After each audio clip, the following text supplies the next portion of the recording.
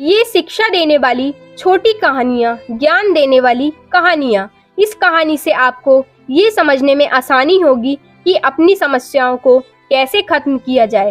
कहानी के द्वारा आपको बहुत ही अच्छे तरीकों से किसी भी समस्या का समाधान करने की प्रेरणा मिलेगी।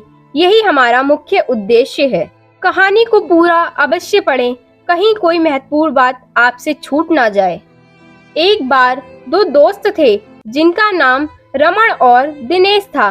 वे दोनों बहुत अच्छे दोस्त थे। स्कूल टाइम से ही उन दोनों में दोस्ती थी।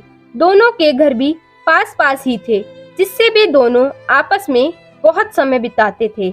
दोनों एक साथ पढ़ते थे, एक साथ खेलते थे, यहाँ तक कि कभी कभी शाम का खाना भी एक साथ ही खाते थे। लेकिन दोनों के काम करने का तरीके में काफी अंतर था। दिनेश अपने काम को बहुत जल्दी करता था और ये कोशिश करता था कि वह सबसे पहले काम को खत्म कर दे, यानी कि वह बहुत जल्दबाजी में रहता था। और रमन अपने काम को भले ही धीमी गति से करता, लेकिन वह सोच समझकर हर एक पॉइंट को ध्यान में रखकर करता था, जिससे बाद में उसके किए कार्य में कोई दिक्कत ना हो। दिनेश अक्सर अपने काम में गलती कर बैठता था, लेकिन रमन हमेशा ही काम में ज्यादा समय लेता, लेकिन एकदम परफेक्ट रिजल्ट देता था। एक बार रमन और दिनेश दोनों सुबह की मॉर्निंग वॉक पर चल दिए और चलते चलते दोनों में बातों बातों में बहस होने लगी कि मैं तुझसे तेज दौड़ सकता हूँ। अब दोनों दोस्तों में बातों बातों में शर्त लग गई कि आज देख ही लेते हैं कौन ज्यादा तेज दौड़ सकता है।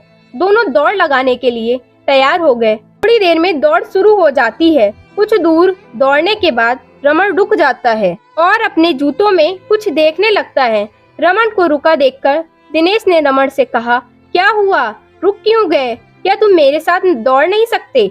रमन ने कहा, मेरे जूते में कुछ कंकड़ घुस गए हैं, मैं इनको निकालने के बाद ही दौड़ सकता हूँ, वरना मैं कुछ ही दूर जाने के बाद चल भी नहीं पाऊंगा।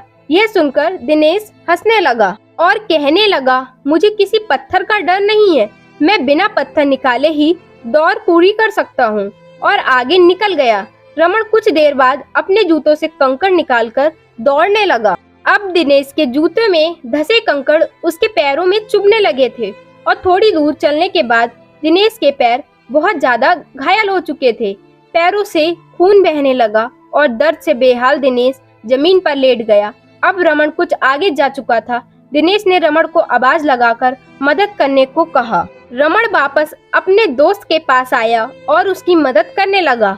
उसके पैर खून से लथपथ हो गए थे। रमन अपने दोस्त को घर लेकर आया, फिर उसके पैरों में दवा लगाई। जब दिनेश का दर्द सही हो गया, अब दिनेश को अपने किए पर पछतावा होता है। यह कहानी हमें एक ही बार में कई बातें सिखाती है।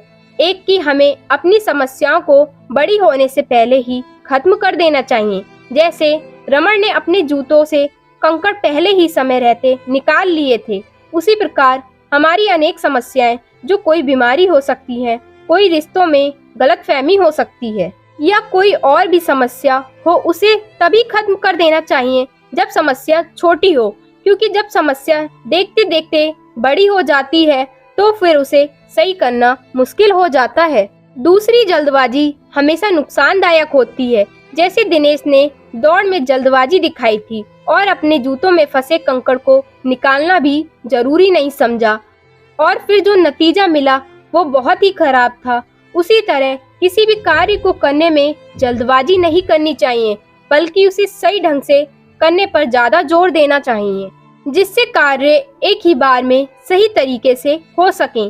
तीसरी बात ये कि हमें सफलता को ही टारगेट लेकर चलते हैं, लेकिन हमें अपनी सफलता के लिए सभी पहलुओं में कार्य करना चाहिए। जैसे दिनेश को टारगेट सिर्फ रेस का जीतना था, लेकिन उसने ये नहीं सोचा कि मुझे रेस जिताने के लिए अपने जूते और पैर को सही होना भी जरूरी है। दूसरी तरफ रमन ने रेस जीतने को अपना सीधा लक्ष्य न बनाकर उसे रेस जीतने में उपयोग होने वाली सभी पहलुओं पर ध्यान दिया, तभी वह रेस जीत सका। दोस्तों, आपको अगर ये कहानी अच्छी लगी हो तो वीडियो को लाइक, शेयर एंड सब्सक्राइब करना बिल्कुल न भूलें। यदि हमारे चैनल पर नए हैं तो चैनल को सब्सक्राइब कर नोटिफिकेशन बेल को ऑल पर सिलेक्ट करें, ताकि आप तक हमारी वीडियो सबसे पहले पहुंचे।